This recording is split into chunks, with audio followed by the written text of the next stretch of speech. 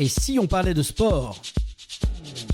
Une émission produite et réalisée par l'association Et si on parlait de sport et animée par Laurent Garnier et Adrien Picou. Bienvenue dans la 143e émission de Et si on parlait de sport?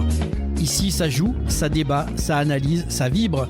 Une émission taillée pour les passionnés, faite par des passionnés avec une obsession, mettre en lumière celles et ceux qui font le sport du terrain aux coulisses. Du bénévole qui trace les lignes au lever du jour, aux champions qui visent le podium, du club de quartier au sommet du haut niveau, on raconte le sport vrai, celui qui rassemble et qui fait battre les cœurs. Merci à nos partenaires Samper Connect, LG Consultant et l'agence Bellombra de Bruno Hamet. Ils sont dans l'équipe, ils jouent le jeu et ils soutiennent le sport ambitieux et fédérateur. Clin d'œil appuyé à notre Dream Team, animateurs, chroniqueurs, consultants et un collectif soudé, engagé, prêt à entrer sur le terrain à chaque émission. Alors échauffez-vous, montez le volume, c'est parti pour la 143e épisode de Et si on parlait de sport? Au programme de cette première mi-temps, place à la suite de notre grande rétrospective des Jeux Olympiques d'hiver de Milan-Cortina 2026. Avec nos chroniqueurs Patrice Reynaud et Bernard Pujol, nous allons décrypter ces Jeux qui ont fait vibrer toute une génération. Car au-delà des médaillés, Milan-Cortina 2026, c'est l'émergence de nouveaux leaders, de disciplines tournées vers 2030 et une équipe de France auteure d'une page majeure de son histoire hivernale. On prend du recul pour revivre les 5 dernières journées, les tournants décisifs et les images fortes à retenir. Dans cette deuxième mi-temps, et si on prolongeait l'émotion, nous prenons la direction de l'Italie pour plonger au cœur d'un événement planétaire, les Jeux paralympiques d'hiver de Milan-Cortina 2026. Et pour en parler, nous recevons Serge Robert, vice-président du comité régional d'handisport d'Occitanie. Avec lui, nous reviendrons sur l'histoire des Jeux paralympiques, sur l'évolution du mouvement handisport et sur ce que représente aujourd'hui cette compétition au plus haut niveau mondial. Au programme, présentation des Jeux Milan-Cortina 2026, les chiffres clés, les athlètes, nations, épreuves, les différentes disciplines au programme et focus sur l'équipe de France paralympique. Et bien sûr un mot sur les porte-drapeaux et les ambitions tricolores. Une deuxième mi-temps placée sous le signe du dépassement de soi, de la performance et des valeurs fortes du sport. Restez avec nous. Et maintenant place à la première mi-temps avec Patrice Reynaud et Bernard Pujol. Et si on parlait de sport? Première mi-temps.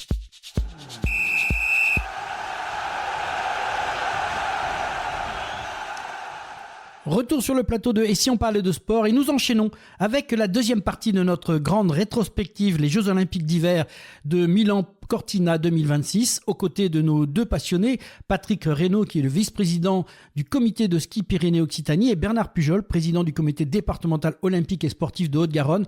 Nous avons analysé ces performances avec le regard de dirigeants engagés, mais surtout d'amoureux du sport, attentifs aux valeurs, à l'effort et à la transmission et à l'émotion collective. Aujourd'hui, on prend un peu de recul, on referme ensemble le livre de ces Jeux de Milan-Cortina 2026. On va revivre les temps forts des 5 dernières journées, les tournants, les images fortes et les leçons à retenir, et bien sûr avec cette cérémonie de clôture. Bonjour à tous les deux et très heureux de vous accueillir pour cette deuxième partie rétrospective de ces Jeux Olympiques d'hiver de Milan-Cortina 2026. Bonjour. 11e journée de compétition, mardi 17 février. Après la désillusion du slalom lundi, l'équipe de France avait besoin de réagir et elle l'a fait de la plus belle des manières. Ce mardi 17 février restera comme la journée record. 16e médaille pour la délégation française, un nouveau sommet historique aux Jeux d'hiver et cette médaille est en or. Biathlon, lors du collectif, le relais masculin de biathlon était annoncé comme un duel France-Norvège. Il a tenu toutes ses promesses. Oui, il a tenu toutes ses promesses. Le départ fut pourtant compliqué. Fabien Claude part sur l'anneau de pénalité après 4 fautes et transmet avec plus de 50 secondes de retard et c'est beaucoup sur les Norvégiens. Et là, on voit la force de collectif. Mais Émilien Jacquelin, supersonique sur les skis et rapide au tir, comble l'écart. Quentin Fillon-Maillet maintient la pression, c'est tout l'art et la force de l'équipe. Et Éric Perrault, impérial dans le dernier relais, fait le trou face à Vetter Christiansen et Sébastien Samuelsson. Résultat, la France s'impose devant la Norvège et la Suède. C'est à signaler, c'est une grande performance. Oui, avec une 9e médaille donc pour le biathlon tricolore, 5e titre pour la délégation à Milan-Cortina, et surtout 16 médailles au total, donc record battu largement. Mais ce qu'on peut retenir, c'est ce qui est magnifique côté sportif, c'est la capacité qu'ont ces sportifs à transformer une erreur initiale en énergie positive. On parlait de cette erreur qui fait un retard de plus de 50 secondes au départ, ce qui est très compliqué à rattraper. Et donc le relais, c'est une histoire de transmission au sens propre comme au figuré. Le biathlon français est aujourd'hui une référence mondiale. On a vu du bleu partout. Il a une structure, il a une formation, une gestion de la pression. C'est un modèle qu'il faut suivre et que les autres disciplines peuvent s'approprier. Il va falloir que le hockey, chez nous, le hockey sur glace, s'en inspire avec ce clap de fin dans un autre registre. L'aventure olympique s'arrête pour l'équipe de France de hockey sur glace.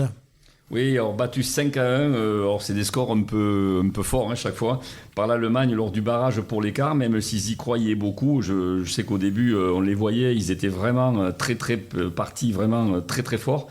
Et les Bleus, ils ont subi la loi des stars de la NHL allemande. Donc Dredadi, Tiefel et Peterka, Pierre-Édouard Bellemare inscrit le seul but français, pour ce qui ressemble à sa dernière apparition sous le maillot tricolore, parce que lui, je crois que ça fait un moment qu'on le voit. Oui, il y a longtemps qu'il est là et qu'il amène l'équipe avec force et volonté. Il y a, et c'est pathétique, de la dignité dans cette sortie de cette équipe invitée qui s'est confrontée, tu l'as dit, au tout meilleur du NHL, et le niveau est très très très élevé. Ils sont professionnels, ils jouent avec les plus grandes équipes. Les confrontations sont d'un niveau intense et très élevé. Le niveau international est un univers impitoyable.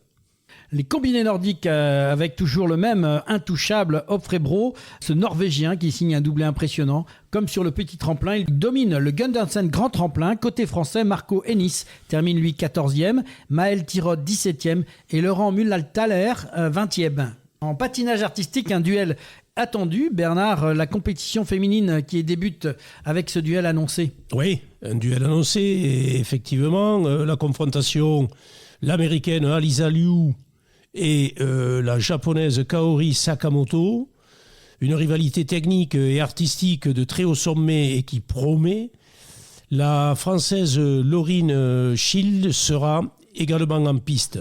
Oui, donc en bilan de cette 11e journée, donc on peut retenir que ce mardi 17 février restera comme une journée, une sorte de rebond des équipes de France.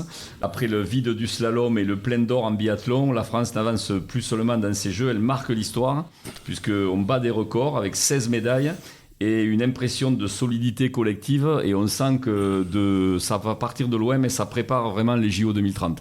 Et voilà, on est parti sur cette lancée avec la 12e journée de compétition mercredi 18 février et une nouvelle page d'histoire pour l'équipe de France. Record de médailles d'or battu avec un 6e titre. Et devinez quoi ? Oui, encore le biathlon avec la remontador au féminin. Après ce relais masculin du mardi, le relais féminin a presque copié le scénario. Camille Bened lance la course mais commet une erreur au tir, debout, et passe par l'anneau de pénalité. Oui, horreur. On a cru revivre le début compliqué des hommes la veille dont on vient de parler. Lou Jamono remet les Bleus dans l'orientation et la marche et le match. Puis Océane Michelon creuse l'écart et la phénoménale Julia Simon conclut en patronne et sans douter. Tir debout impeccable au point de saluer le public avant l'arrivée. Résultat, victoire avec 53 secondes d'avance sur la Suède et plus d'une minute, tenez-vous bien, sur la Norvège. Quel match! Quel match, ouais. Et 10e médaille pour le biathlon français, 6e titre pour la délégation. Grand chelem sur les relais. Alors ce qui impressionne là, c'est la maîtrise collective. Même quand il y a une erreur, personne ne panique, on reste zen. C'est une démonstration de profondeur d'effectif. Le biathlon français, c'est une machine de guerre, vraiment bien huilée, sereine et vraiment en respect. Alors, dans une autre discipline, le ski de fond, par contre, le sprint est un peu à l'arrêt. La journée a été plus compliquée avec des belles performances au relais. Le sprint par équipe n'a pas souri aux Bleus. Oui, alors Mathis Desloges et Julien Chapas ont essayé de résister pendant un moment. Mais il y a eu quand même quelques événements un peu difficiles. Incroyable. Avec des bâtons cassés, les jambes qui devenaient lourdes aussi avec tout ça. Il termine 12e. La victoire revient sans surprise aux Norvégiens, encore eux, avec Edegaard et Klebe, l'incontournable, qui signe déjà son 5e succès à Val d'Ifiem. Et chez les femmes, Léonie Perry et Mélissa Gall terminent 7e pour les Françaises. On dit bien, c'est 5 succès sur la même compétition, Ouais, donc tout à fait. et c'est 5 énorme. médailles d'or. C'est ça qui est extraordinaire. En snowboard, Romain Allemand, tout près, à 19 ans, il a longtemps cru au podium en slopestyle. Son premier run solide le place virtuellement parmi les médaillés. Ah, c'était mieux que parti et bien parti, mais les deuxièmes et troisièmes tentatives ne suffiront pas. Il termine 5e. Le titre revient au Chinois Su Yiming, devant le Japonais Taiga Hasegawa. Les Américains et Norvégiens complètent le haut du classement. Le snowboard français quitte ces Jeux avec un goût d'inachevé, mais aussi de la jeunesse talentueuse et pleine d'espoir. Ski alpin avec toujours Michaela Schifrin au sommet. Et il y a des légendes. Après 2 courses décevantes, elle a remis les pendules à l'heure en remportant le slalom, Patrice. Ah oui, alors là, sans aucun doute, elle a remis les pendules à l'heure, comme tu dis, parce que vraiment, s'il y a une skieuse qu'on attendait, c'est bien elle.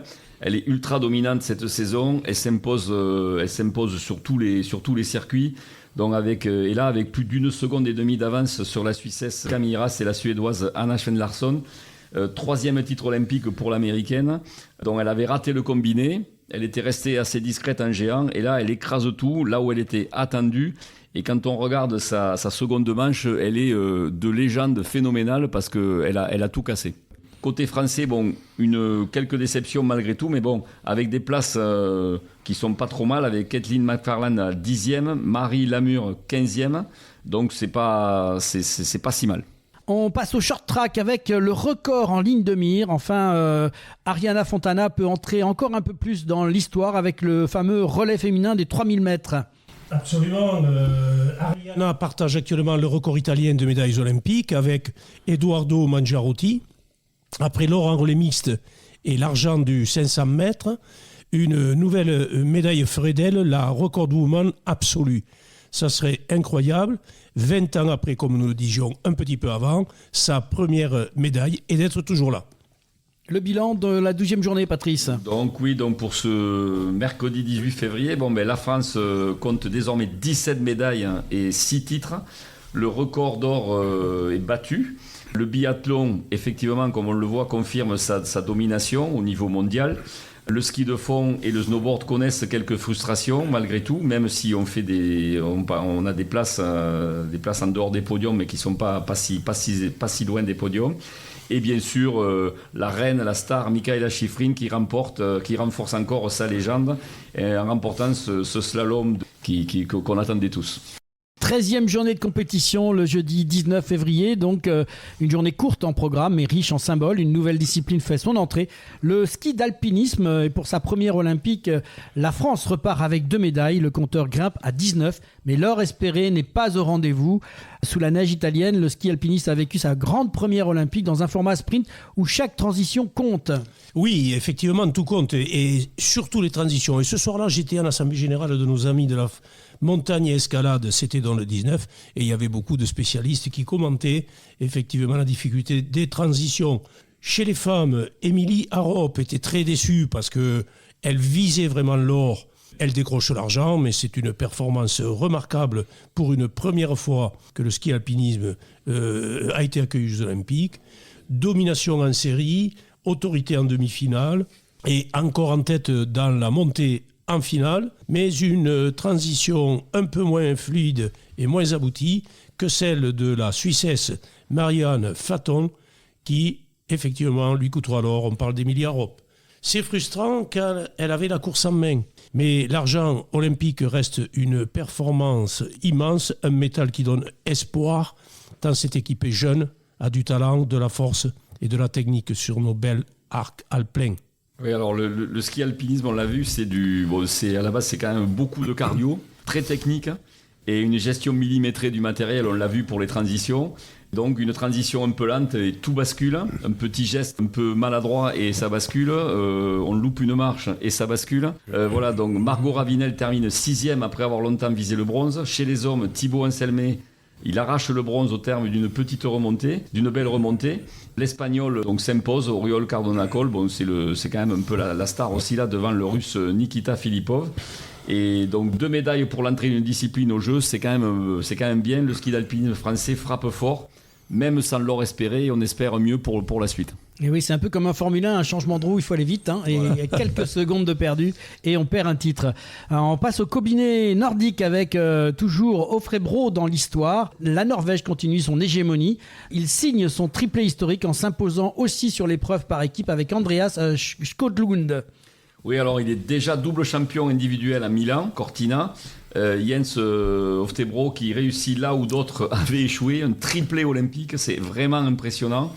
Il a une confiance totale dans son finish, il doute de rien. Quand on le voit, il est d'une sérénité, il est imperturbable. Et chaque fois, il règle ses adversaires dans la dernière ligne droite. Donc les gens ils sont dépités derrière lui. Et donc la France, avec Marco Hainis et Maël Tirode, termine 9e. On va passer à un sport phare des Jeux Olympiques avec le hockey sur glace, le classique mondial. En hockey féminin, place à la finale tant attendue entre les États-Unis et le Canada. Et les Américaines arrivent lancées après avoir encaissé un seul but en ouverture. Elles ont ensuite enchaîné les victoires sans concéder le moindre but. Le Canada, quintuple champion olympique, peut compter sur sa capitaine emblématique Marie-Philippe Poulin, déjà décisive lors des 3 finales olympiques. C'est un duel historique, une rivalité qui dépasse le sport.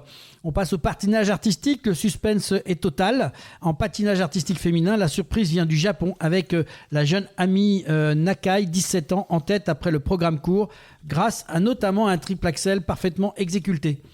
Oui, alors elle devance la championne du monde Kaori Sakamoto et l'américaine Alisa Liu, qui sont vraiment là aussi des stars. Hein. Et en embuscade, il y a la russe sous bannière neutre, Adelila Petrosian. Donc à 17 ans, menée après le programme court, c'est vraiment une performance énorme. Et dans le libre, tout peut changer. On l'a déjà vu chez les hommes, hein, avec la pression qui peut tout changer. On fait beaucoup d'erreurs. Et dans ce cadre-là, la Française Laurine Schild, qui est 24e des qualifications, elle pourra participer au programme libre. Donc on va voir ce que ça va donner. Concernant la jeune Ami Nakai, on voit et on a parcouru toutes les éditions, on parlait de sociologie, de code, de mode.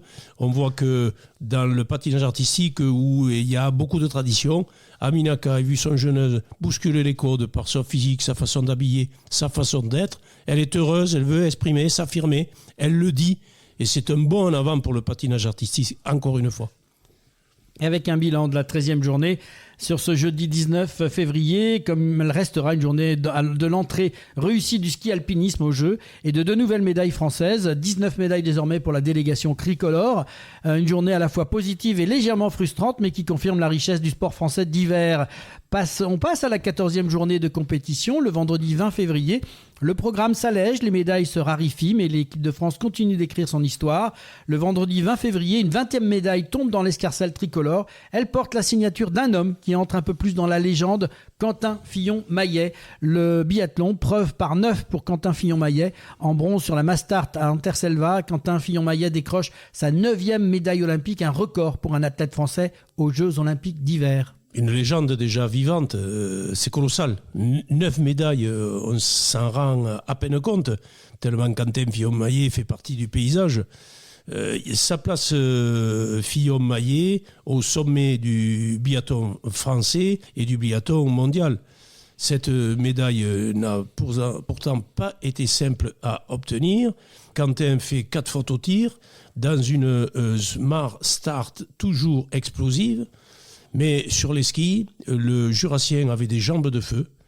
Il dépose là le main Philippe Horn pour sécuriser le bronze. Devant, les Norvégiens Johannes Dahl, impeccable au tir, et Sturla Lagreb ont été trop précis pour être inquiétés. Ouais, mais ce qui frappe ici, c'est que, on parle de Quentin Fillon-Maillet, c'est sa capacité à compenser les erreurs qu'il fait au tir par une supériorité physique qui est, on l'a vu, c'est une locomotive, hein, il lâche rien.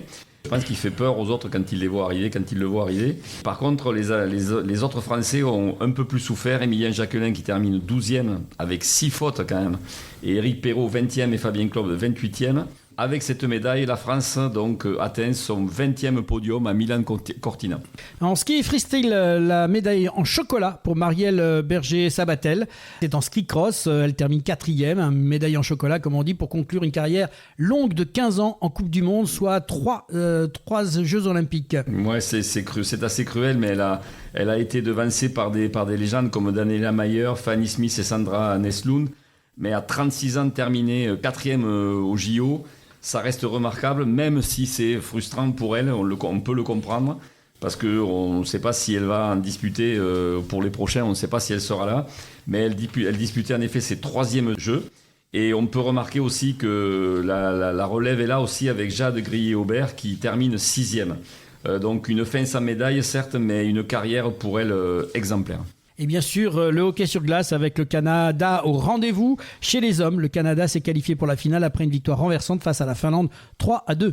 Oui, on est au rendez-vous. Le hockey olympique retrouve les grandes nations et les grandes affiches qui vont avec. Canada-USA, ça serait une finale électrique.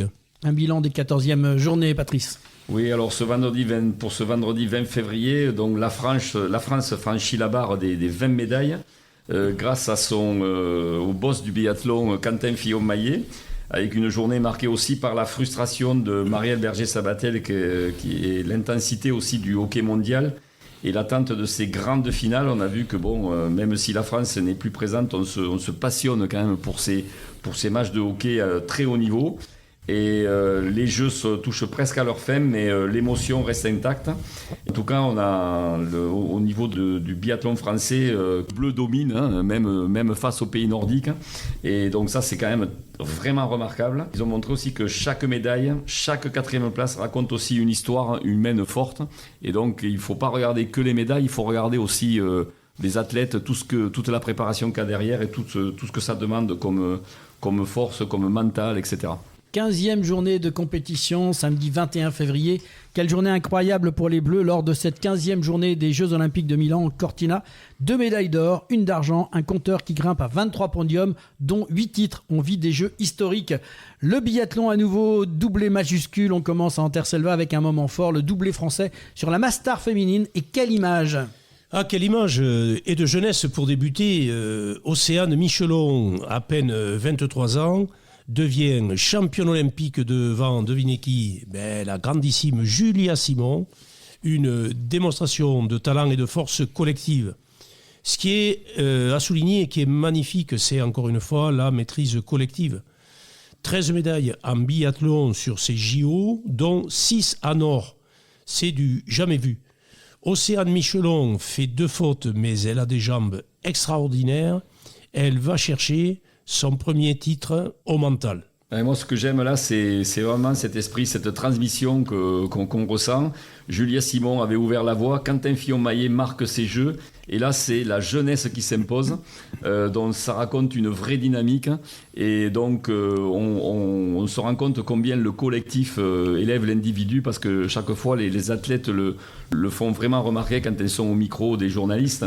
Elles remercient tout le temps tout le staff qu'il y a derrière, toute la préparation physique qu'il y a derrière. Et seul, ils n'y arriveraient pas.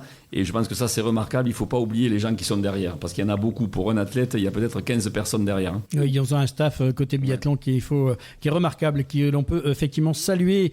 Le ski alpiniste, la revanche dorée. Ça, c'était un grand moment. Le relais mixte de ski alpiniste avec Émilie Arop et Thibaut Anselme qui décrochent l'or après leur frustration au sprint individuel.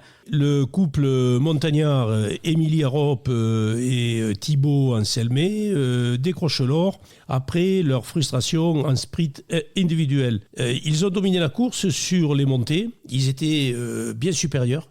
Ils ont creusé l'écart, même si les manipulations techniques ont été un peu ralenties sur la fin. Mais mentalement, ils étaient bien au-dessus. Ah oui, on sentait vraiment une maîtrise extraordinaire de l'effort, de la tactique même de course. Donc on l'a dit plusieurs fois, c'est une discipline d'effort pur. endurance, explosivité, stratégie. Donc on retrouve toutes les valeurs du trail, de la course nature, parce que ça, en tout cas le schéma qui avait été pris pour cette discipline-là, pour la première fois au JO, était quand même un peu controversé. Et bon, là, ça a remis un peu les choses un peu mieux, puisque l'épreuve était quand même un peu plus longue, même si on n'est pas dans un environnement tout à fait naturel, en tout cas, qu'on connaît. Et puis, il y a cet enjeu, montrer que le ski alpinisme mérite d'être encore au programme en 2030. Et donc, cette médaille pèse lourd, et je pense que ça va donner beaucoup d'espoir, et peut-être d'autres schémas ou d'autres formats pour les JO 2030. Ski de fond avec une légende, Johannes Kletbø, qui réussit un exploit majuscule, 6 titres sur ses jeux, un grand chelem au sprint du 50 km du jamais vu. Ah oui, ça c'est... Qu'est-ce qu'on peut dire ? C'est phénoménal. Il réussit quelque chose d'unique dans l'histoire des Jeux d'hiver. 11 titres olympiques au total, 13 médailles. Il devient l'athlète le plus titré des Jeux version neige, dans le blanc, on va dire. Il dépasse même les légendes du ski nordique et se rapproche des records absolus comme détenus dans toutes les disciplines. Michael Phelps, toutes éditions confondues. Ce qui est impressionnant, c'est sa gestion. Il patiente à la dernière montée, il assomme la course, il a une science du tempo et de la gestion extraordinaire, c'est surhumain. Un sport d'endurance, c'est un exemple et une leçon magistrale. Une mention toutefois spéciale au Français Théo Chély, qui termine 4e d'un 50 km dantesque. Pas de médaille. Dommage, mais une performance à souligner, performance solide. Ski cross avec la frustration française, c'était la 4e place frustrante de Marielle Berger-Sabatel. Vendredi, les hommes espéraient rebondir, mais Terence Tignavorian termine lui aussi 5e dans une course dominée par l'Italien Simone De Romedis. Oui, vraiment, il y a vraiment de la déception. Alors c'est vrai que les Français râlaient beaucoup sur cette piste verte, on va dire, pour eux. Et c'est vrai que ça avançait pas. Il disait que je pense qu'en ski de fond et en biathlon, ils vont plus vite que nous. Ils attendaient un terrain d'expression maximale avec de la pente, avec des pistes dures. Et là, ça fait partie des débats olympiques. Le fait c'est que tout le monde était dans les mêmes conditions. Et voilà, donc après, je pense qu'il a bien joué le jeu à la fin parce il voulait même pas prendre le départ de la petite finale. Et il a bien fait parce qu'il a dit après, parce que même une 5e place au jeu, c'est pas rien. Oui, voilà, c'est important. Je pense qu'il faut, sportivement et pour le message pour les jeunes et pour les générations futures, je pense que c'est quand même important de ne pas lâcher. Patinage de vitesse avec un rendez-vous manqué. Dernière épreuve de ce patinage, la Masters, pas de médaille pour les Bleus. Le néerlandais Jorik Bergsma s'impose. Les Pays-Bas signent un festival, 20 médailles dont 10 en or, toutes sur la glace. Ah, c'est phénoménal. Les Pays-Bas en font fondre la glace tellement ils dominent cet admirable sport qu'on ne voit pas assez. On en parlait un petit peu en off. On ne les voit que peu souvent et ça mériterait beaucoup plus tellement c'est télégénique, c'est très très beau et plein de suspense. Le néerlandais Jorik Bergsma s'impose, les Pays-Bas signent un festival, une razzia, 20 médailles d'or dont 10 en or, toutes sur la glace. Les Pays-Bas, c'est une culture, un modèle pour cette discipline. Pour la France, il faudra encore patienter, travailler pour décrocher cette première médaille olympique en patinage de vitesse. Ironie du sort, en 2030, les épreuves se dérouleront à Heerenveen, c'est-à-dire dans le pays des Néerlandais, le temple néerlandais de la discipline, ou bien à Turin. Conclusion, un samedi en beauté. Messieurs, un mot, que retenez-vous de cette 15e journée ? Cette 15e journée, en fait, des records, des confirmations, une équipe de France qui atteint des sommets. Donc voilà, c'est fabuleux. Oui, c'est fabuleux et ça nous transporte. On retient, tu l'as dit, un engouement, de la joie, une énergie collective. 2 médailles d'or, 1 d'argent et surtout une génération qui prend le relais, la suite et qui nous laisse rêver pour les futures joutes. 23 médailles en or, 23 médailles, dont 8 en or, ou vais-je. Des jeux déjà historiques pour les Bleus, à la veille du clap de fin. Voilà, on va passer à la 16e journée de compétition. On notera, c'est pas anecdotique, mais que les États-Unis ont gagné ce fameux match de hockey face au Canada après prolongation 2-1 dimanche. Le cadre majestueux des arènes de Vérone, les Jeux Olympiques de Milan Cortina 2026 se sont refermés. Une flamme s'est éteinte et une autre s'est allumée dans les cœurs, celle de l'Alpe française 2030. Après 15 jours d'intensité, place à la fête, des athlètes français dispersés aux quatre coins des sites italiens se sont retrouvés dans un dernier moment de communion. Parmi eux, Adam Sio Imfa, Océane Michelon, Thibaut Anselmet, des visages marqués par l'effort mais illuminés par la fierté. Oui, et la joie, et ce qui frappe encore, on y revient, c'est l'unité, c'est le collectif, c'est le plaisir d'être ensemble. Et ça se voit, il n'y a pas de cinéma, il n'y a pas de simulation. Ils sont très heureux et c'est leur force. Quelle que soit la discipline, les médailles et le poids du métal, ils formaient un seul bloc. On sent que ces Jeux ont créé quelque chose de fort et dans la délégation française, et ça augure une ouverture et de belles espérances pour les Jeux d'hiver 2030 en France. Le Comité national olympique et sportif français a confié le drapeau tricolore à deux athlètes emblématiques de cette compétition, Lou Jean Monod et Mathis Deloge, elle quadruple médaillée dont 2 titres et lui triple médaillé d'argent en ski de fond. Oui, c'est un choix effectivement très fort. Lou Jean Monod incarne la domination du biathlon français, on l'a vu, elle était incontournable. Mathis Deloge symbolise le renouveau du fond tricolore. En plus, ils sont sélectionnés, c'est un vote qui a lieu au niveau entre les athlètes, donc c'est vraiment très très symbolique, comme c'est pas rien d'être choisi. Et donc pour nous, acteurs du ski en Occitanie, voir cette jeunesse briller, c'est aussi un message d'espoir extraordinaire. Et je dirais que même qu'au niveau national, je pense qu'il y a des choses à prendre au niveau des pays nordiques, notamment la Norvège, qui met en place toute une politique vraiment sportive, notamment au niveau financier, etc., qui soutient le sport. On se demande des fois comment les pays nordiques arrivent à ce niveau-là. Mais il faut aller voir ce que met le gouvernement en place pour faire ça. C'est pas symbolique du tout. Donc en Norvège, quand on veut faire du sport, quand on veut arriver au niveau, on peut y arriver, quel que soit son niveau social. Et je pense que c'est un message à faire passer aussi. C'est passé, Patrice. Le passage vers 2030, moment solennel ensuite, la levée des drapeaux italiens, grecs et français, puis la transmission officielle du drapeau olympique. Les maires de Milan et Cortina ont passé le relais aux représentants des Alpes françaises 2030. Le symbole est fort, les Jeux reviennent à la maison. Oui, la page va se tourner, l'épisode va se conclure, on verra les bilans, mais ce fut une belle période d'hiver, on a eu une belle organisation, une belle médiatisation, des conditions de neige, on s'est régalé et ça a été vraiment une belle édition et les Italiens se sont mis au niveau et à Milan et à Cortina et sur les autres sites, on a vraiment été bien accueillis et ça a été vraiment un bon moment de sport. Pour le mouvement sportif français, le défi arrive, 2030, on va le relever. C'est pas facile, c'est controversé, on vient de le dire. Les jeux, l'effet climatique, y aura-t-il de la neige, l'environnement, comment on le préserve. On voit qu'effectivement, les Jeux Olympiques vont vers des questions de plus en plus présentes vis-à-vis de l'argent que l'on met, de l'impact également sur l'environnement. Et les nations ont de plus en plus de mal, tout au moins elles ne se disputent pas pour accueillir les Jeux. Il faut le souligner, il faut peut-être revoir des schémas, mais l'olympisme ne mourra pas, il nous fera encore rêver, et vivement 2030 dans notre beau pays français, nos belles Alpes françaises. Le Marseillaise et le noyau solaire, après le protocole Place à l'émotion, la Marseillaise a retenti, interprétée par Marine Chagnon, dirigée par Thomas Roussel. Oui, alors effectivement, cette image était vraiment frappante, avec l'orchestre, un cercle d'athlètes autour avec Guillaume Cizeron, Emilia Rope, Océane Michelon, les porte-drapeaux, etc. Donc tous ces athlètes-là qui ne faisaient qu'un, en fait.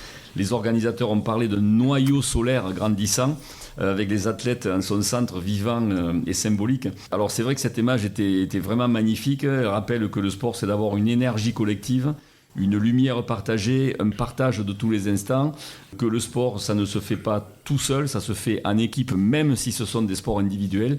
Et je pense que ça, c'est des messages vraiment qui doivent passer auprès de la jeunesse et auprès de tous. Rendez-vous 2030. Oui, rendez-vous est pris. Le président du comité d'organisation, Giovanni Malago, a salué l'engagement des volontaires et des sportifs. Puis, la présidente du comité international olympique, namibienne Kersti Coventry, a officiellement déclaré la clôture des Jeux de Milan-Cortina et elle a dit « J'appelle la jeunesse du monde à se réunir dans 4 ans dans les Alpes françaises ». Le pianiste Gloria Campaner a ensuite interprété « Expérience » et au centre des arènes de Vérone, la flamme s'est éteinte. Une fin et un commencement. Milan-Cortina 2026 s'achève avec un bilan historique pour la France, 23 médailles dont 8 en or. Une génération brillante, un collectif soudé et déjà à l'horizon 2030 en ligne de mire. Ces Jeux ont montré que le sport français est bien structuré, ambitieux, capable de viser haut et plus loin. Il faut que l'on garde cette confiance, cette énergie et que l'on reste la nation sportive, que ce soit en été ou en hiver, toujours dans la joie, la performance et le plaisir et la santé. Oui, tout à fait, Bernard. Et pour les sports d'hiver, en fait, ces Jeux sont un élan formidable, vu qu'on a battu on a battu les records et ça. Donc, je pense que maintenant, la barre est haute. 2030 sera une vraie responsabilité aussi, tu en reparlais par rapport au changement climatique et tous les efforts qu'il faut faire, financiers, etc. Et pour rendre aussi cette fête populaire immense sur le grand massif des Alpes, mais qui s'étale en fait sur 2 régions, puisque c'est la région Rhône-Alpes et la région PACA. Je pense qu'en termes d'image aussi pour la France et pour les sports d'hiver et pour la montagne et par rapport à ce changement climatique qui impacte tout le monde, je pense que ça va être quelque chose d'assez marquant et d'assez symbolique pour le monde entier, si on y arrive. C'est très bien, et puis l'Occitanie que tu connais mieux que tout le monde pour parler montagne et activités d'hiver et de pratique, en récoltera également les effets. Et c'est une bonne chose. Ah oui, tout à fait, parce que en Occitanie, là, on a un plan au niveau du comité de ski Pyrénées-Occitanie. On a mis en place un projet de performance qu'on appelle le projet de performance pyrénéen et qui va impacter tout le massif, depuis, on va dire, de Bordeaux jusqu'à Béziers, on va dire. Et effectivement, qui va impacter absolument toutes les disciplines. Seul point noir qu'on a, j'en parlais tout à l'heure un peu, c'est les finances, parce que pour avoir de tels projets, il faut des finances. On a évalué ces projets à plus de 2 millions d'euros sur les 4 années, donc ça fait 500 000 euros de ressourcement par an.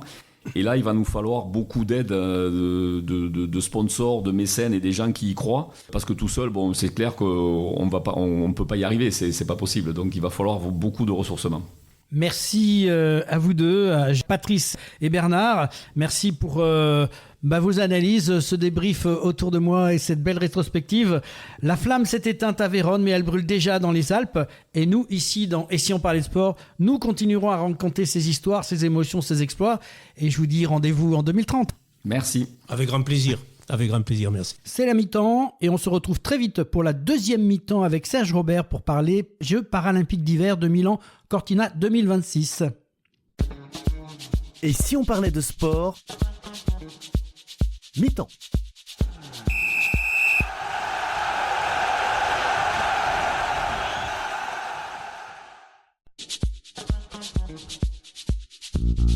Devenez supporter de l'émission Et si on parlait de sport ?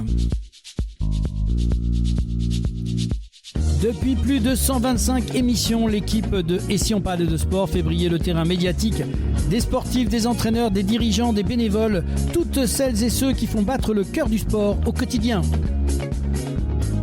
Nos chroniques, nos interviews, nos reportages touchent chaque mois des milliers d'auditrices et d'auditeurs. Mais pour continuer, pour exister, pour aller encore plus loin, on a besoin de vous. Pourquoi nous soutenir ? Parce que vous aimez notre ton vrai, nos sujets humains, nos valeurs fortes.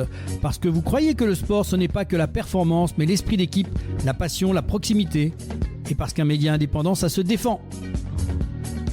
Alors avec votre soutien, on peut continuer à produire chaque semaine, donner la parole aux acteurs du terrain et lancer de nouveaux formats encore plus forts.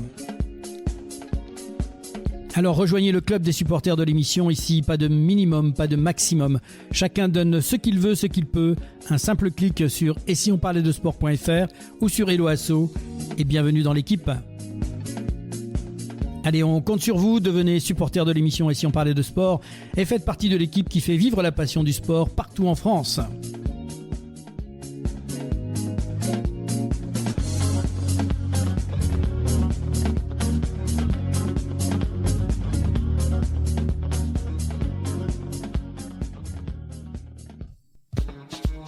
Et si on parlait de sport?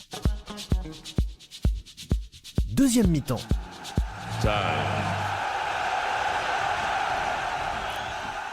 Retour sur le plateau de Et si on parlait de sport, et à quelques jours de l'ouverture des Jeux paralympiques d'hiver de Milan-Cortina 2026, le monde du handisport est en pleine effervescence. Cet événement majeur du calendrier sportif international rassemblera les meilleurs athlètes de la planète dans des disciplines aussi spectaculaires qu'exigeantes. Pour nous parler et nous éclairer avec son expertise, nous avons le plaisir d'accueillir Serge Robert, qui est le vice-président du comité régional handisport Occitanie. Avec lui, nous reviendrons sur l'histoire des Jeux paralympiques, sur les enjeux de cette édition italienne, sur les disciplines au programme et bien sûr sur l'équipe de France paralympique et ses ambitions. Une interview pour mieux comprendre, mieux connaître et surtout mieux apprécier la richesse et la force du mouvement paralympique. Serge, bonjour, merci d'être avec nous. Bonjour. Bonjour. Alors, on est très content de t'accueillir avec Adrien. Alors, avant de plonger dans l'actualité, on va rappeler qui est Serge Robert et quel est son rôle dans le monde du handisport régional. Serge Robert, c'est un élu du comité régional handisport d'Occitanie, donc actuellement secrétaire général du comité. Toujours les mêmes missions, donc nous c'est vraiment développer l'activité pour les personnes en situation de handicap moteur et sensoriel, donc de la pratique activité loisir jusqu'à la compétition avec des offres de pratique pouvant aller jusqu'au très haut niveau. Voilà, la politique jeune bien sûr, donc les jeunes chez nous c'est les moins de 16 ans. Pratique très diversifiée avec bien sûr un territoire aussi diversifié soit-il, avec même effectivement des activités d'hiver. Donc on a eu récemment les Jeux neige et montagne pour les jeunes, c'était une première qu'on lançait qui n'existait pas, donc ça a été un vif succès qui a eu lieu donc en Ariège, avec les termes. Et ensuite, donc, bien sûr, la formation qui est indispensable pour nous, de former au maximum pour permettre l'inclusion, donc les encadrants, les éducateurs, être en capacité d'accueillir des publics en situation de handicap.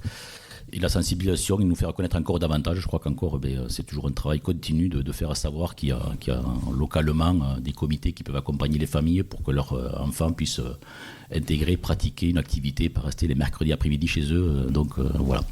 Ce qu'on doit savoir aussi, et ce que tu n'oses peut-être pas dire, c'est que tu as un petit passé quand même sportif. Tu as encadré quand même un certain nombre de jeunes à l'époque. Oui, alors effectivement. Si on parle de Jeux Olympiques. Bien sûr, je parle un peu plus au présent. Donc effectivement, moi j'ai un parcours en fait j'ai connu le haut niveau, donc j'ai pratiqué la course fauteuil, donc l'athlétisme. Donc j'ai fait à l'époque les Jeux d'Atlanta. Donc c'était hier. 5000, 10 000 marathons, oui, c'était juste avant-hier.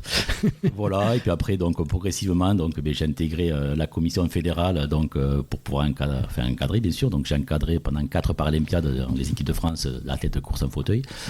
Jusqu'aux Jeux de Rio 2016, et après donc parallèlement bien sûr j'étais référent formation. Et après, donc depuis, je détecte dans les suivis et détection des jeunes, et j'interviens sur le pôle de Talence, pôle handisport au sein du CREP de Talence. Donc là, on va parler des Jeux paralympiques, pas ceux d'été, mais les paralympiques d'hiver. C'est moins ton domaine de prédilection, mais quelque part, comme tu dis, tu as fait il n'y a pas longtemps déjà des épreuves de ski dans la région.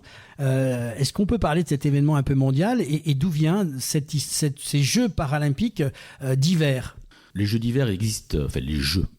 La pratique des activités sport d'hiver existe depuis très longtemps. Bon, si les Jeux d'été ont débuté progressivement après la Deuxième Guerre mondiale, donc progressivement ça s'est structuré pour avoir les premiers Jeux d'été à Rome en 1960. Parallèlement, il y avait quand même, alors je vais aller directement un petit peu sur notre pays, la France et un peu l'Europe, donc ça c'était surtout le ski alpin qui s'est développé, donc pareil avec des blessés, donc principalement des chasseurs alpins un petit peu blessés, mais qui continuent à pratiquer leur sport de prédilection, leur activité principale. Petit à petit ça s'est développé, donc par contre les Jeux d'hiver ont été un peu plus récents, un peu plus après, donc je crois que sur les Jeux d'hiver on est dans les années 70. 76 en Suède, 76, c'est ça? Voilà, en Suède, donc ça c'est un peu plus compliqué à mettre en place avec une population de densité un peu moins importante, mais en fait qui progressivement s'est développé et assez bien pour devenir en fait ce que sont les Jeux aujourd'hui. Donc on arrive à couvrir l'ensemble des sports qu'on peut voir un petit peu principaux du moins chez les valides. Donc mais ça se développe assez pour aujourd'hui avoir, je crois que sur les Jeux qu'on va avoir sur Cortina, on va être à peu près sur un nombre assez conséquent parce qu'on est encore en marge de progression. On est sur 650 participants sportifs, donc c'est quand même déjà pas mal. Cap sur 2026 maintenant, que faut-il savoir sur ces Jeux? Ces jeux, ça va être encore une fois une vitrine. Alors je voudrais pas me répéter à chaque fois qu'il y a les jeux. C'est vraiment, je pense que ça devient inscrit un petit peu dans le programme. Maintenant, on sait que chaque fois qu'il y a les Jeux olympiques, derrière il y a les Jeux paras. C'est devenu un classique. Donc on enchaîne. Donc c'est pas pour curiosité. Enfin, on peut avoir tous les profils, mais c'est surtout voir des sportifs, voir des jeux un peu différents, mais en fait qui sont un vrai spectacle pour certains. Voilà. Et donc curiosité, montrer qu'effectivement, le sport d'hiver se pratique, les activités d'hiver se pratiquent. C'est pas uniquement lors des Jeux, c'est toute l'année. Enfin, quand il y a de la neige, on peut pratiquer le ski alpin, le ski nordique, mais aussi un peu d'autres sports type que le hockey et le curling qui sont pratiqués toute l'année. Donc c'est aussi dévoiler un petit peu ce qui existe, l'offre de pratique pour les sports. Et vraiment des grands jeux, c'est que vraiment il y a de réelles performances en tout cas. C'est ce ça va se dérouler. Là, on vient de finir les Jeux d'hiver et on démarre avec les Paralympiques du 6 au 15 mars exactement. Donc ça a lieu en Italie, dans 3 sites. Tu as pu voir un petit peu ces 3 sites et quelles sont les disciplines qui vont se répartir sur ces 3 sites.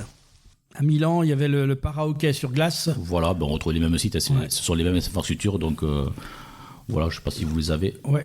Moi, j'avais récupéré ça. C'est Cortina d'Ampezzo. Il y avait le paraski alpin et le curling fauteuil. Voilà. Donc, tu vas nous en parler. À Val di Fiemme, il y a le paraski de fond et le parabiathlon.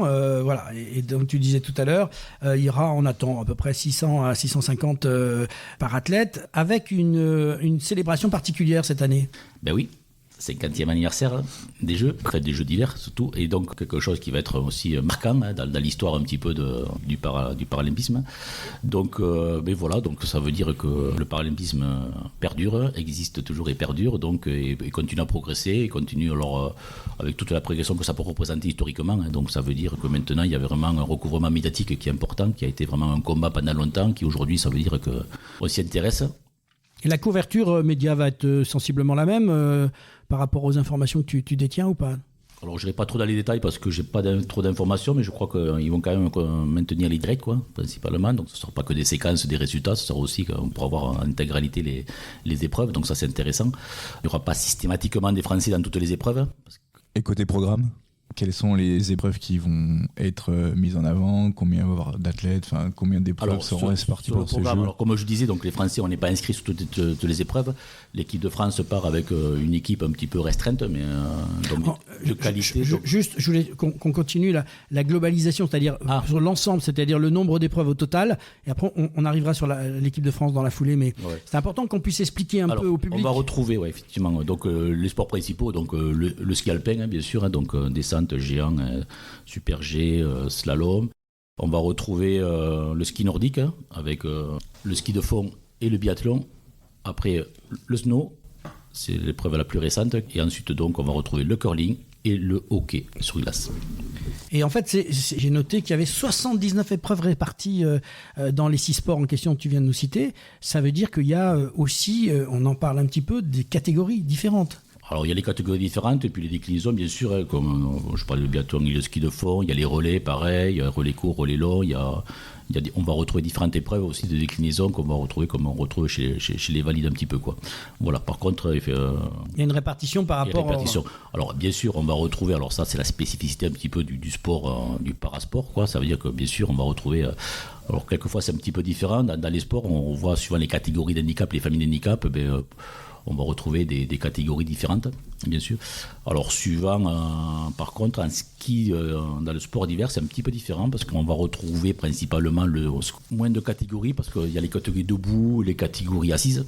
Voilà, si je parle du ski alpin et nordique et les déficients visuels un petit peu. Donc, on réduit un petit peu le champ. Et après, donc, chez les assis, suivant le type d'handicap, il y aura une table de cotation et pareil chez les debout. Donc en fait, on peut aller voir des athlètes, des sportifs qui vont faire des super perfs en descente, mais une fois passé à la table de cotation, ça peut être quelqu'un qui a fait une moins bonne perf, mais avec un handicap plus sévère qui du coup va pouvoir se retrouver sur le podium. Oui, on tient compte effectivement du handicap de chacun. Voilà. J'ai vu justement, c'est assez extraordinaire, tu parles de guides pour des déficients visuels, c'est-à-dire qu'en fait, ils descendent, c'est assez incroyable, avec un guide qui les guide, ils font une descente avec ça, c'est spectaculaire. Alors, on va retrouver un petit peu les adaptations pour pouvoir pratiquer en toute sécurité pour chacun des types d'handicap. Donc, là, on entendait parler des déficients visuels, effectivement, le seul moyen de pouvoir suivre le guide qui est censé faire ouvrir le tracé, le seul moyen, ça va être la communication verbale, donc ils sont en liaison audio. Donc ils vont communiquer toute la descente pour à la fois le cheminement et à la fois l'intensité de vitesse, les obstacles éventuels. Et donc voilà, donc c'est un binôme vraiment qui doit se connaître par cœur, où c'est que ce qui fait gagner, c'est le relâchement et la confiance totale en son guide. Pour aller vite, c'est le seul moyen. Donc et pour ça montre un petit peu le travail qu'il peut y avoir en amont pour arriver à aller des vitesses et des performances qu'on peut avoir télévisuellement, quoi. Et d'autres types d'adaptations, mais bien sûr pour les personnes qui sont assises ou du moins en fauteuil toute l'année, le seul moyen de pratiquer le ski, c'est avec un aménagement spécial, ce qu'on appelle un bob, c'est une forme de luge, d'un siège fixé sur des skis. Uniski ou biski, donc avec un amortisseur qui permettent effectivement de dévaler des descentes. Voilà, ça aussi c'est un réel spectacle. C'est assez impressionnant à regarder, oui. Ouais, c'est assez impressionnant. C'est assez impressionnant parce qu'ils vont quand même à des vitesses. Je skie un petit peu, j'en pratique un peu. J'avoue que quand je sais les vitesses à laquelle ils descendent, c'est quand même impressionnant, surtout si on se dit si ça chute, ça doit faire. C'est ça, les gamelles doivent être assez impressionnantes. Assez, je pense. Et en fait, donc donc ça c'est pour du ski. Et alors comment ça se passe pour le biathlon combiné? Ils font ski de fond et tir. C'est une particularité. Alors pareil, on va retrouver le binôme identique. Donc ils portent leur fusil aussi dans ces cas-là? Alors oui, ils portent le fusil. Alors ça fait partie un petit peu du jeu, donc. Ouais, bien sûr, oui. C'est la charge un petit peu, donc. Alors bien sûr, on va se dire également, mais d'accord, on a bien compris pour le tracé, suivre son guide, ça va. Mais pour le tir, comment ça se passe? Et oui. Alors pour le tir, on va utiliser ce qu'on appelle des carabines laser. Donc voilà, donc on en fait bénéficier. C'est beaucoup là, on fait ça aussi en démonstration toute l'année. Donc ce sont des carabines sonores en fait, donc on est équipé d'un casque.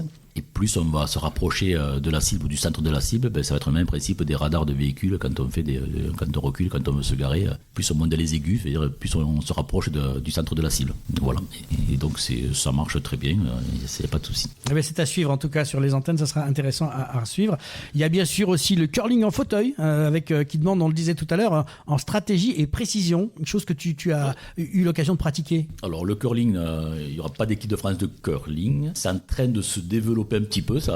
Commence à se passer des choses en France. Ceci dit, effectivement, le curling se pratique et concerne uniquement des personnes qui sont la majoritairement du temps en fauteuil roulant, qui se pratiquent en patinoire ou dans des halles de curling, qui est un sport relativement spectaculaire, je ne sais pas, mais en tout cas se pratique assez développé dans certains même pays européens, beaucoup en Suisse, Suède, Norvège, tous les pays scandinaves. Et donc se pratique donc avec des adaptations pour les publics, donc au lieu de pratiquer, donc de lancer la pierre en glissant comme on peut le voir chez les valides, donc nous on va être équipé d'une canne, ce qu'on appelle une espèce de perche qui va permettre de fixer le manche de la pierre et de tenir et de pouvoir de la longe et de pouvoir orienter sa pierre et lui donner des effets pour être donc soit au moins d'aller jusqu'à la cible déjà, et puis après avoir des effets de carreau pour tirer ou passer. Il y a un petit côté pétanque.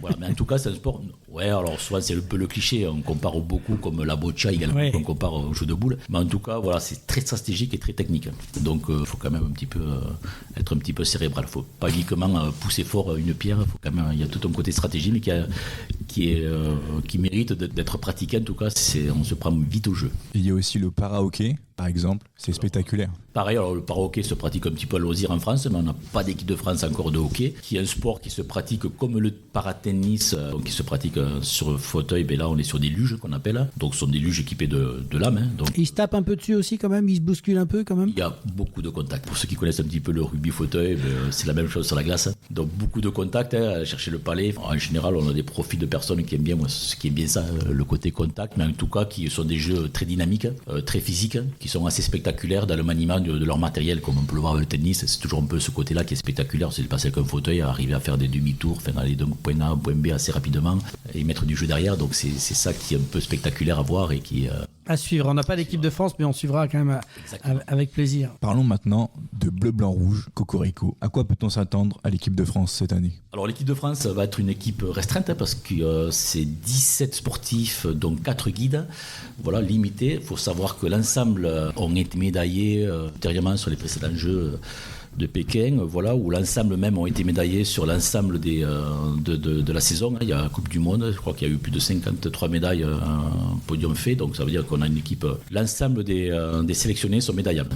Voilà, ça a été, je pense, un peu la raison de sélection un petit peu, et donc grosse qualité, une équipe de France forte, on a un très bon staff français en termes de ski. Voilà, donc je pense qu'on ne verra pas les Français sur toutes les épreuves, parce qu'on n'est pas aligné sur tous les sports. Et bien, en tout cas, là où ils seront, il y aura à suivre, parce que je pense que... Il y a du ski alpin, donc il y aura du biathlon, ski de fond et du parasnowboard. Voilà, Ouais, principalement. Voilà. On est vraiment sur tout à fait, sur ces trois sports-là. Moi, j'avais noté qu'il y avait dans cette équipe à peu près 4 champions paralympiques déjà, dont bien sûr Arthur Baucher, qu'on a tous entendu parler dans le niveau du ski alpin. Il y avait Benjamin Daviette, qui est lui en paraski nordique. Cécile Hernandez, qui est dans notre secteur, Cécile Hernandez, sur l'Occitanie. Exactement, Cécile Hernandez qu'on commence à connaître aussi régionalement, donc elle est très impliquée même en dehors de son sport. Quelqu'un effectivement qui est encore au rendez-vous, au rendez-vous, qui sera en plus, qui a été nommé donc porte-drapeau, donc c'est quand même... Et en snowboard, elle. Un odeur. Alors elle pratique le snowboard, effectivement. Ouais. Et il y aura Maxime Montigioni, qui est lui aussi en snowboard. Voilà les 4 paralympiques déjà champions paralympiques qui seront donc présents à nouveau sur cette compétition. Exactement. Il y a aussi 2 athlètes médaillés qui font leur retour. Hyacinthe Deleplace, guidée par Perrine Claire en paraski alpin, et Anthony Chalanzon, guidé par Florent Michelon en paraski nordique. Voilà pour les 2 athlètes médaillés qui font leur retour dans cette équipe de France. Et puis il y a d'autres apelins déjà qui étaient présents à Pékin, qui participent à cette nouvelle édition, comme Jules Segers, Jordan Broisin, Oscar Burnham, Lou Braz-Dagan ou encore Victor Périel. Voilà, ils seront rejoints par 2 primo-paralympiens prometteurs, Aurélien Richard en paraski alpin et Karl Tabouret en paraski nautique. Voilà, exactement. Dans cette équipe de France. Que du poids lourd. Que du poids lourd. Que du poids lourd. Voilà. Des fois, c'est vrai qu'on prend des jeunes en pensant à l'avenir. Des fois, alors effectivement, là, on est vraiment parti pour faire de la médaille. Objectif, bien sûr. Donc, Pékin, on était, je crois, 4e délégation en sport. Donc là, je crois que c'est au moins rester 4e et si mieux, donc à suivre. Mais je pense que, comme je vous le disais, là, on aura les Français alignés. Je pense que ce sera un spectacle à suivre. Et alors, donc, on l'a dit tout à l'heure, les porte-drapeaux sur la délégation française. Je l'ai dit, il y aura Cécile Hernandez, bien sûr, et l'autre porte-drapeau, ça sera Jordan Broisin. Cécile, donc snowboard, comme on l'a dit. Elle est sur le secteur de Perpignan, non ? Elle est originaire de Perpignan, donc elle est licenciée sur les Angles. Voilà, et pratique donc dans les Pyrénées. Voilà, chez nous.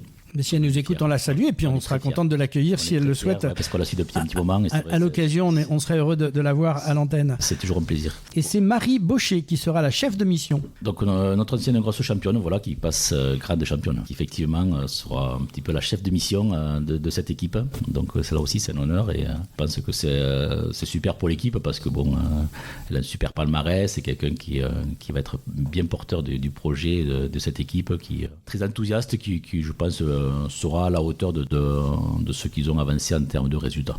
Bon, à suivre en tout cas, c'est important de suivre ça et on y reviendra bien sûr nous dans les résultats. Alors au-delà de ces médailles, Serge, qu'est-ce que ça représente ces Jeux pour vous dans la région plus largement ? Est-ce que c'est aussi une vitrine importante pour peut-être aider des jeunes qui se cherchent, qui se disent pourquoi pas moi ? En fait, c'est surtout montrer l'excellence en fait, dans le sport.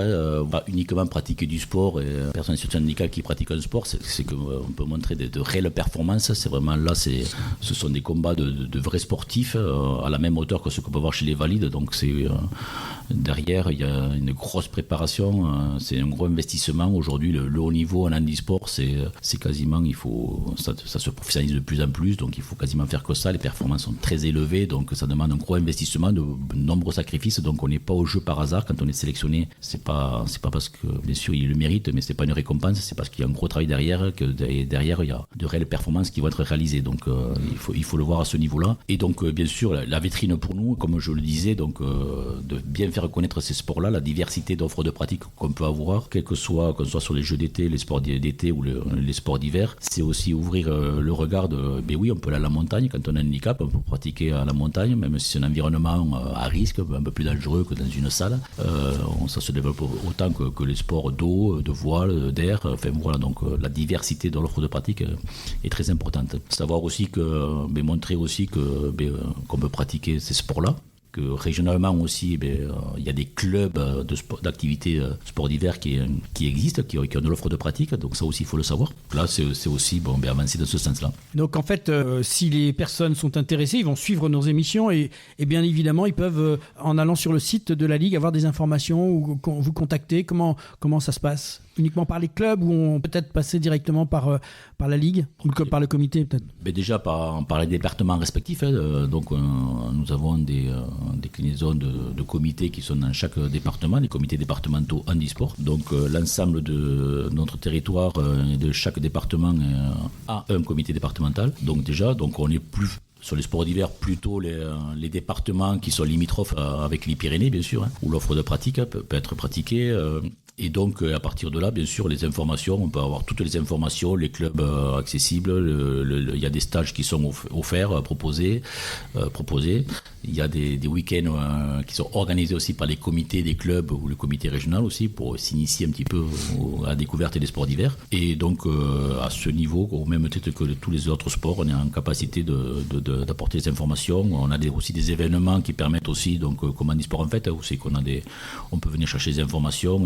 Sur le restant de l'année pour avoir des informations. Handisport en fait, pour préciser, c'est un week-end, c'est prévu sur un week-end généralement en septembre. Handisport en fait, effectivement, est un événement qui a lieu en milieu d'année en général, donc souvent, cette année, ça va être sur le mois de septembre, qui permet d'avoir toutes les informations, que ce soit sur les activités sportives, sur la formation, toutes les réponses qu'on peut venir chercher un petit peu sur cet événement. Et ça se passe à Toulouse. Alors, cette année, encore une fois, ça sera à Toulouse, bien sûr. Sur les allées Jules Gued.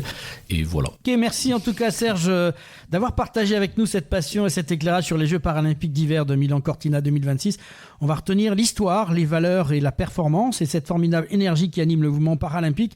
Le rendez-vous est pris donc du 6 au 15 mars 2026 pour vibrer derrière l'équipe de France. Restez connectés, restez passionnés et surtout, continuons à faire vivre toutes les formes de sport. C'était « Et si on parlait de sport ?» la deuxième mi-temps avec Serge Robert.